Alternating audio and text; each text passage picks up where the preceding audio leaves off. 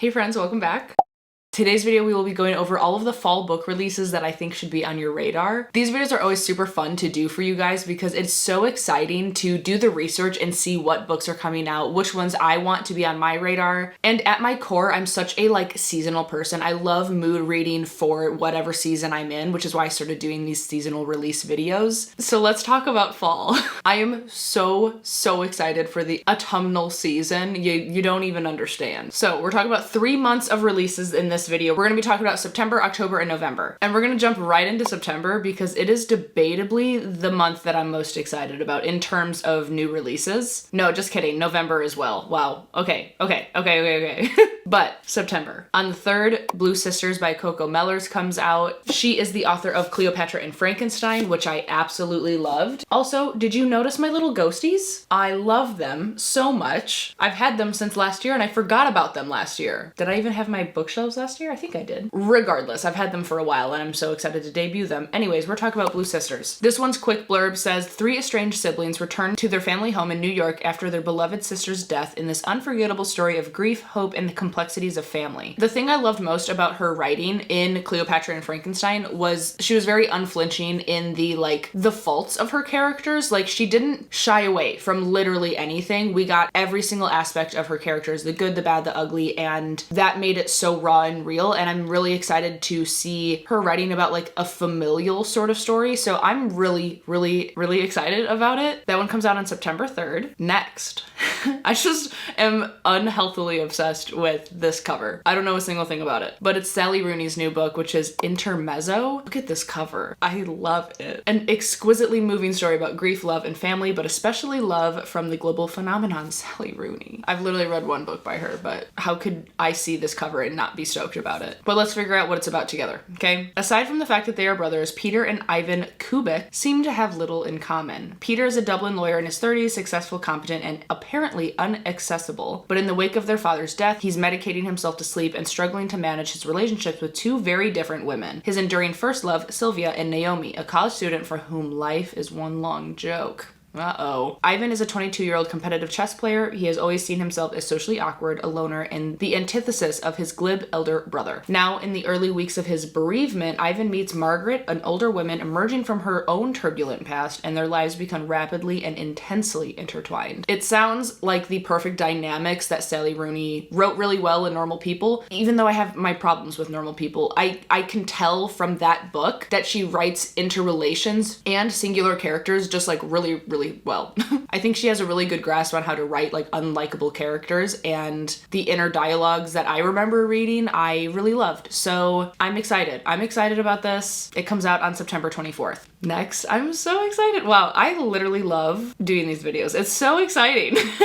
On September 10th, book 2 in the Flesh and False Gods series by Chloe Gong is coming out, called The Vilest Things. I loved Immortal Longings.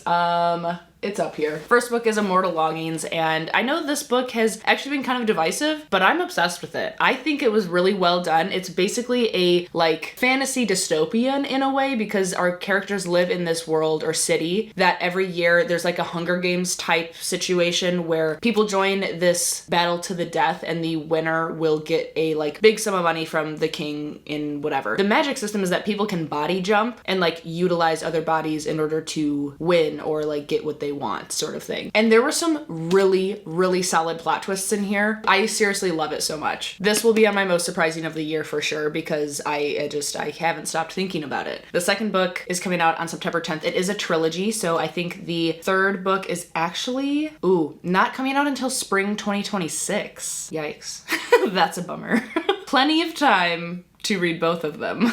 Next on September 10th is So Thirsty by Rachel Harrison. I haven't read anything by her yet, but I think this one sounds kind of silly and fun. It's following our main character Sloane, who's kind of bummed about getting older. She doesn't need a reminder, and she feels indifferent about her own life. Her husband surprises her with a birthday weekend getaway, but not with him, with her longtime best friend and troublemaker extraordinaire, Naomi. Sloane anticipates a weekend of wine tastings and cozy robes and strategic avoidance of issues she'd rather not confront, like her husband's repeated infidelity. Great.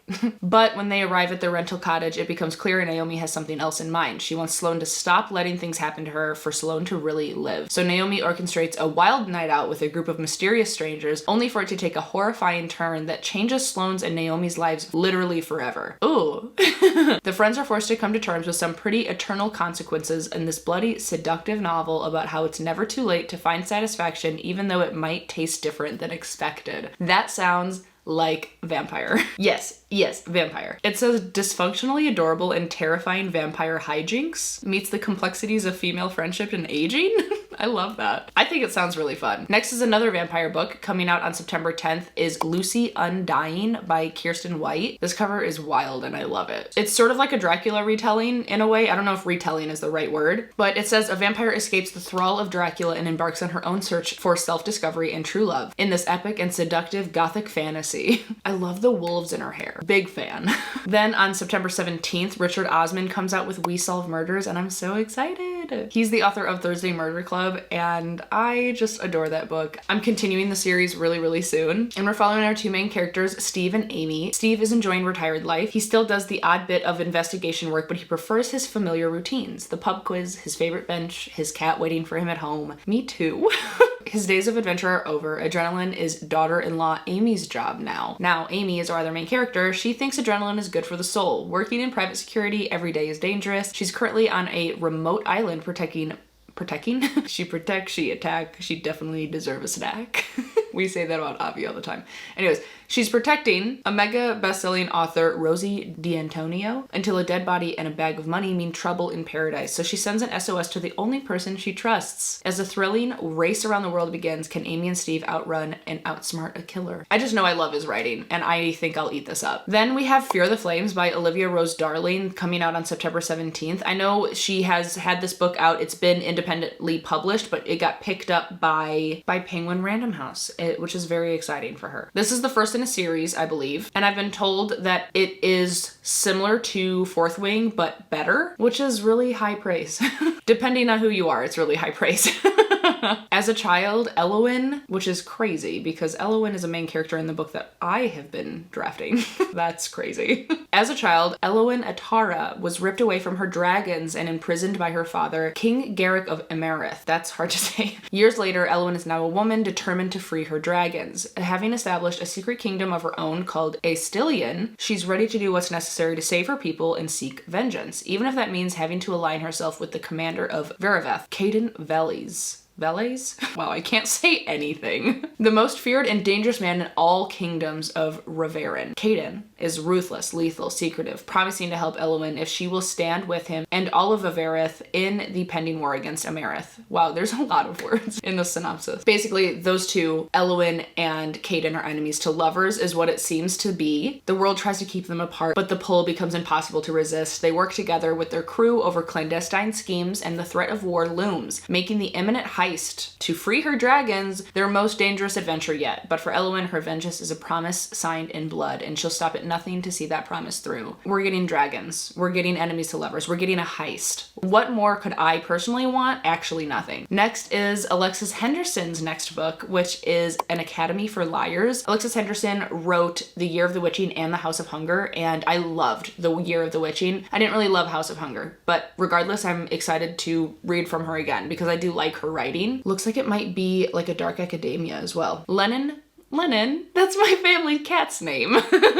Lennon Carter's life is falling apart. I smile when I said that, and that was not correct. Then she gets a mysterious phone call inviting her to take the entrance exam for Drayton College, a school of magic hidden in the secret pocket of Savannah. Lennon has been chosen because, like everyone else at the school, she has an innate gift of persuasion, the ability to wield her will like a weapon, using it to control others and, in rare cases, the matter itself. After passing the test, Lennon begins to learn how to master her devastating and unsettling power, but despite persuasion's heavy toll on her body and mind, she is wholly captivated by her studies, by Drayton's lush, moss-draped campus, and by her brilliant classmates. But even more captivating is her charismatic advisor, Dante, who both intimidates and enthralls her. As Lennon continues her studies, her control grows, and she starts to uncover more about the secret world she has entered into, including the disquieting history of Drayton College. She's increasingly disturbed by what she learns, for it seems that the ultimate test is to embrace absolute power without succumbing to corruption. And it's a test she's terrified terrified she's going to fail. I'm excited to see a like dark academia from her. Like we saw a cultish book, we've seen a vampire book, and now we're seeing a little bit of a dark academia. That's really exciting. I think she could do this really well because she does atmosphere phenomenally. So I'm excited. Next one is literally in my top 5 most anticipated of the entire year. I don't think you understand how excited I am for this book. It's Graveyard Shift by ML Rio. Look at the cover. Look at it.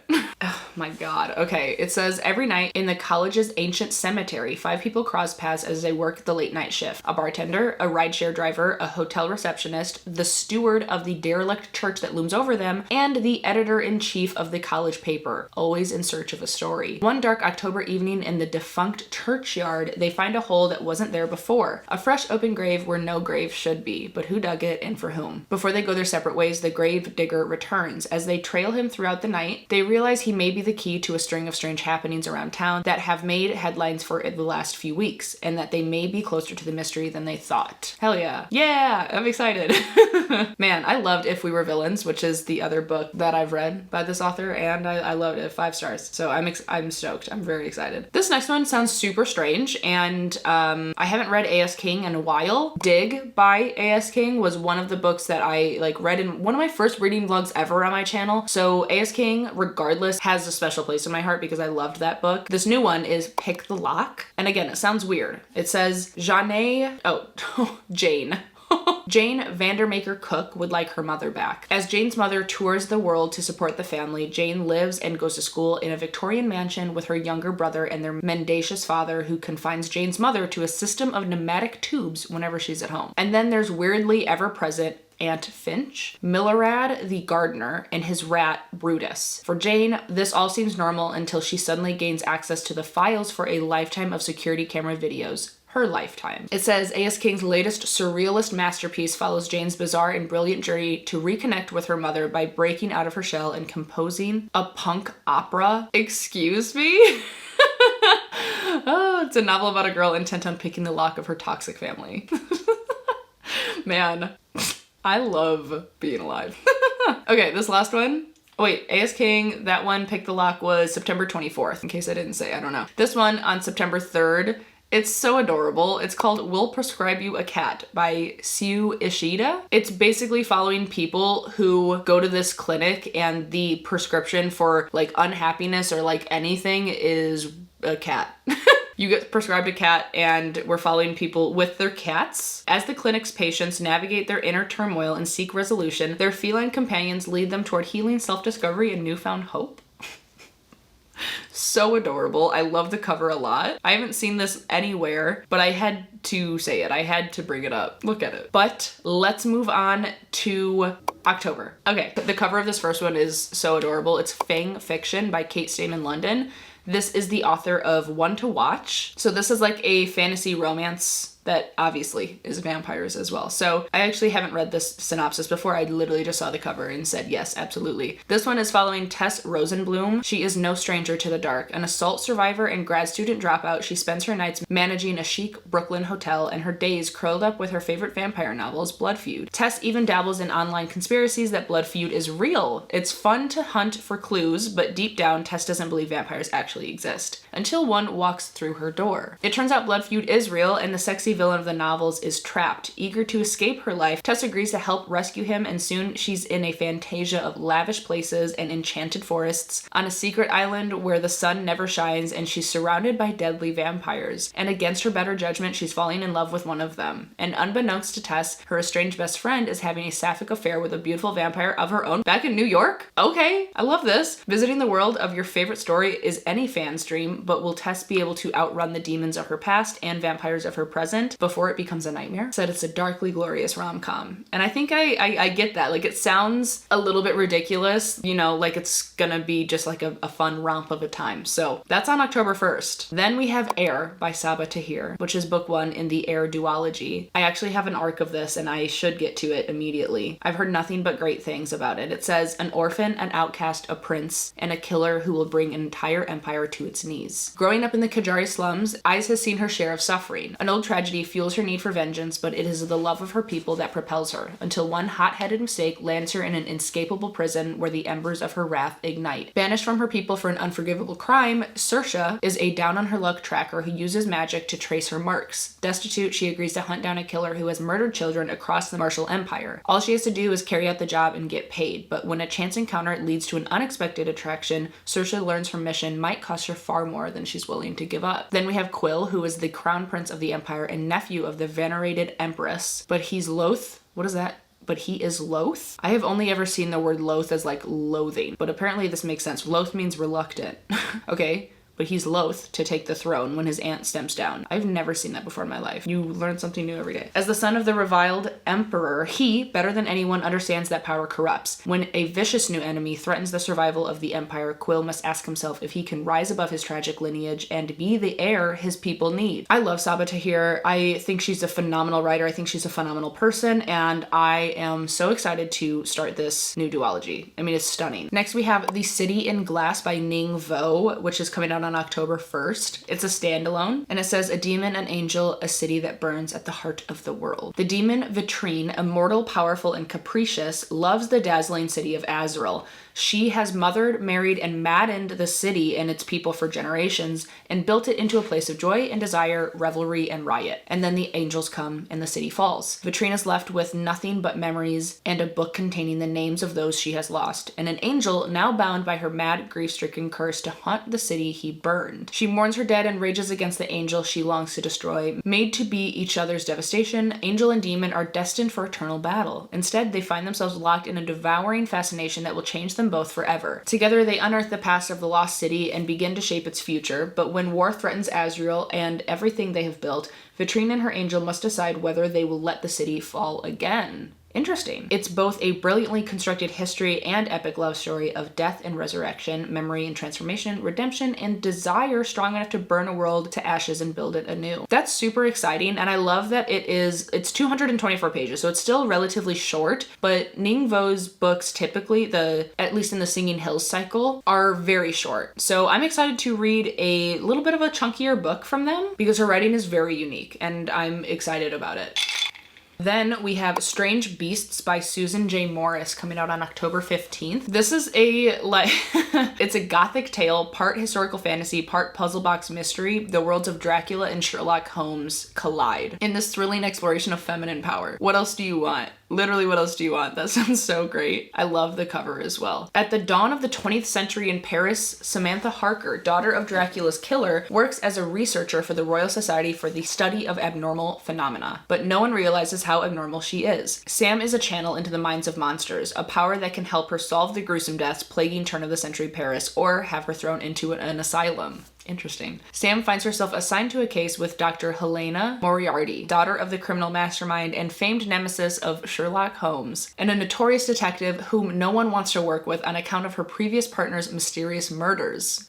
Ranging from the elite clubs of Paris to the dark underbelly of the catacombs, their navigation sweeps them into a race to stop a beast from its killing rampage, as Hel and Sam are pitted against men, monsters, and even each other. But beneath their tenuous trust, an unmistakable attraction brews. Is trusting Hel the key to solving the murder, or is Sam yet another pawn in Hel's game? Obsessed. Love that her shorthanded nickname is Hel. Amazing. I love that it's sapphic. This is a good one. This looks like a good one. Man, how do these people, how is everyone just coming out with these amazing sounding books? Literally, how are they doing it? Then we have Bloodguard by Ceci Robson. It says, everything in the kingdom of Arrow is a lie. Leith of Grey thought coming to this new land and volunteering to fight in the gladiator arena, vicious bloodthirsty tournaments where only the strongest survive, would earn him enough gold to save his dying sister. He thought there was nothing left to lose. He was wrong, and they took everything. His hope, his freedom, his very humanity. All Leith has left is his battle-scarred body, fueled by rage and hardened from years of fighting for the right to live another day. Then Leith meets Maeve, an elven royal who is everything he despises, everything he should hate, until the alluring princess offers him the one thing he needs most, a chance to win the coveted title of Bloodguard and his freedom. But in a kingdom built on secrets and lies, hope doesn't come cheap, nor will his ultimate revenge. I literally just got chills.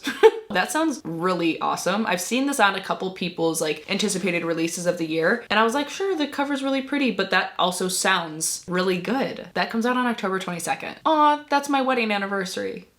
That'll be 2 years with sweet, sweet Caleb. Oh my god, also on our wedding anniversary, October 22nd, is The Scholar and the Last Fairy Door by H.G. Perry. It says, all they needed to break the world was a door and someone to open it. Camford, 1920, gilded and glittering, England's secret magical academy is no place for Clover, a commoner with neither connections nor magical blood. She tells herself that she has fought her way there only to find a cure for her brother Matthew, one of the few survivors of a fairy attack in the battlefields of World War I, which left the doors to fairy country sealed, the study of its magic banned, and its victims cursed. But when Clover catches the eye of golden boy Alden Lennox Fontaine, he and his friends, doors that were previously closed to her are flung wide open, as she soon finds herself enmeshed in the seductive world of the country's magical aristocrats. The summer she spends in Alden's orbit leaves a fateful mark. Months of joyous friendship and mutual study come crashing down when experiments go awry and old secrets are unearthed. Years later, when the fairy seals break, Clover knows it's because of what they did, and she knows that she must seek the help of people she once called friends and now doesn't quite know what to call, if there's any hope of saving the world as they know it. And it's like a little chunky standalone. It's 464 pages, give or take, and that sounds like it would be the perfect length for a story like this. That's really exciting. Sometimes historical fantasies really hit for me, and this does sound like it could be one of those situations where I like it a lot. Next, I know it's like a Christmas book, but it's coming out on October 24th, which I think is an odd choice,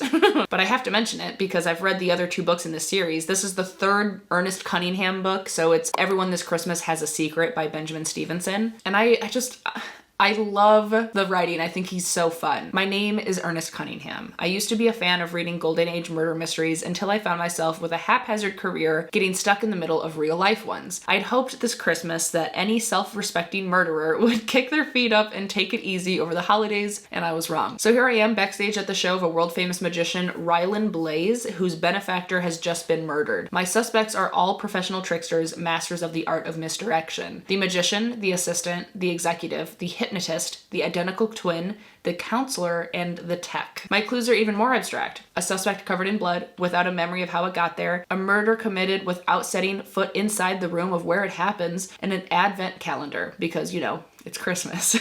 If I can see through the illusions, I know I can solve it. After all, a good murder is just like a magic trick, isn't it? I think it's gonna be great. It's short. This one's short too. It's 192 pages.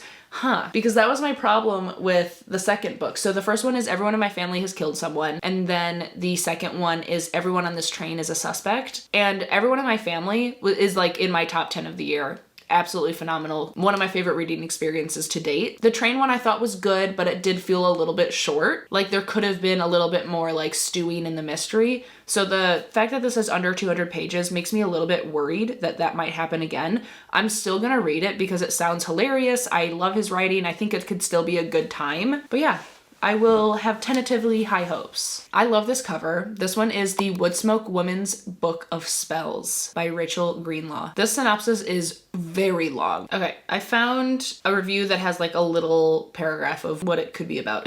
It says, in the Woodsmoke Women's Book of Spells, Carrie Morgan returns to her hometown of Woodsmoke after a decade of drifting from place to place. Following her grandmother's death, she inherits a dilapidated a dilapidated cottage and decides to stay for just one winter to renovate it. Amidst warnings of old tales about a stranger who vanishes with the spring thaw, she meets and falls for Matthew, a newcomer who helps with the refurbishment.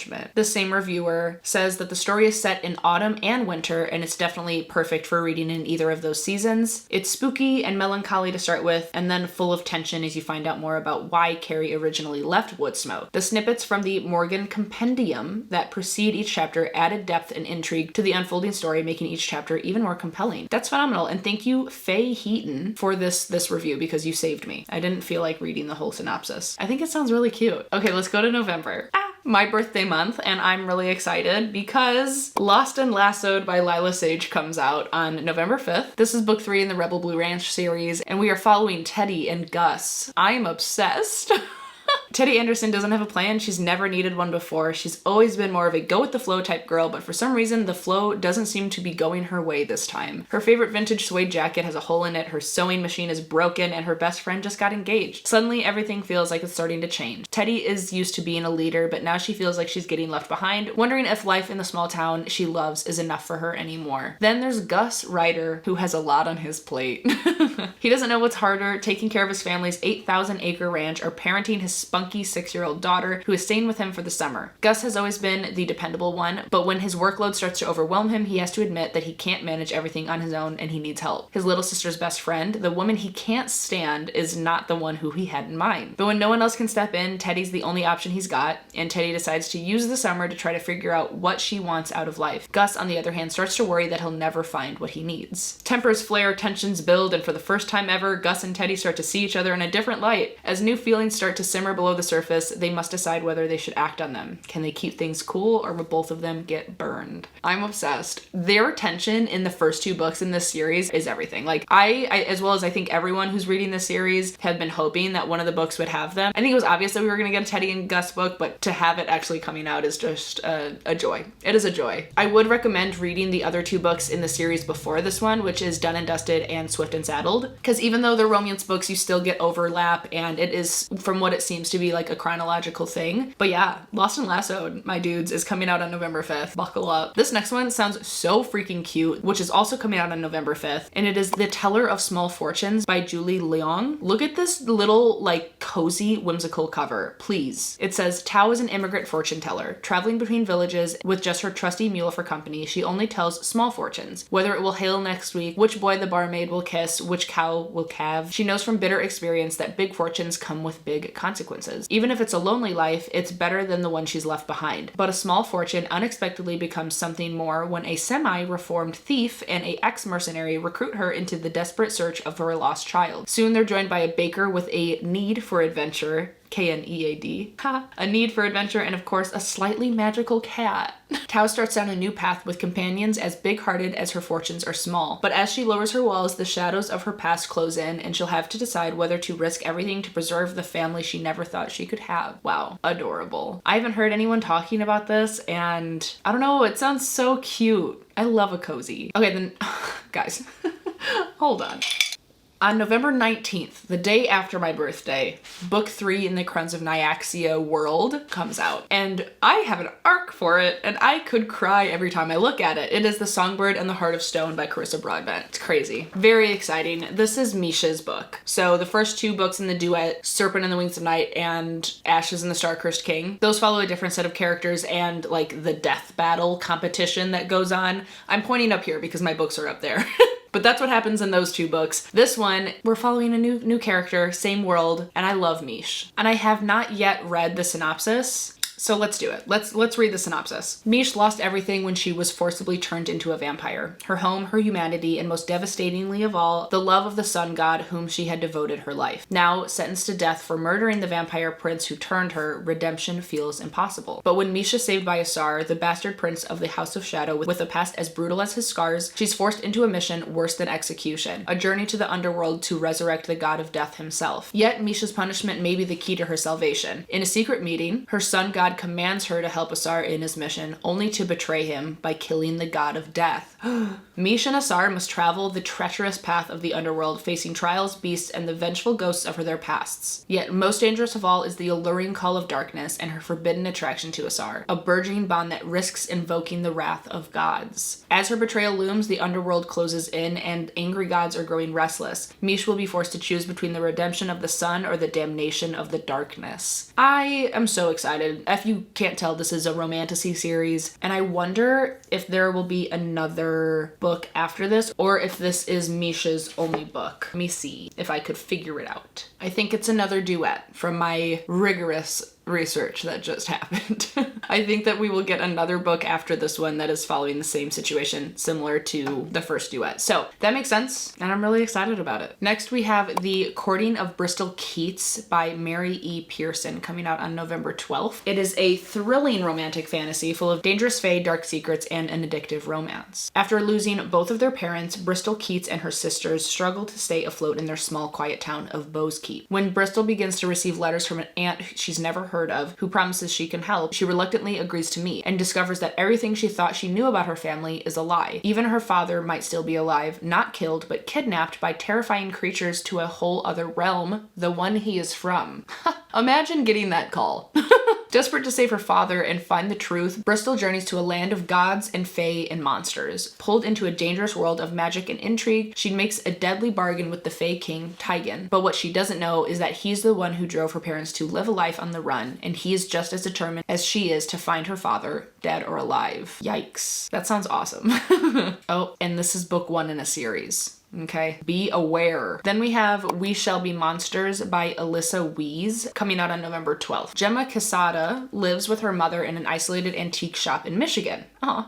Near a seductive patch of woods concealing an enchanted gateway to fairyland. Gemma knows she's not supposed to go into the woods. Her mother Virginia has warned her multiple times about the monsters that lurk there, and yet she can't resist. Of course she can't. Virginia understands her daughter's defiance. She knows the allure of the woods all too well. Her own mother warned her about the monsters, and Virginia also did not listen, until a witch cursed her true love just days before their child's birth. So Virginia will do whatever she can to protect her daughter, even if it means stealing Gemma's memories. Oh God. But everything changes when Gemma gets too close to the truth and the witch takes Virginia. Now it's up to Gemma to venture deep into the mysterious woods to rescue her mother and break the curse. It's told in alternating viewpoints of Gemma and Virginia. This novel is not only a tale of a girl's fantastical quest through a dark, magical fairyland, but also an exploration of the complex bonds between children and their parents. I think it sounds really fun. I love that it's set in Michigan with like a fairyland wood. I think that's really cute.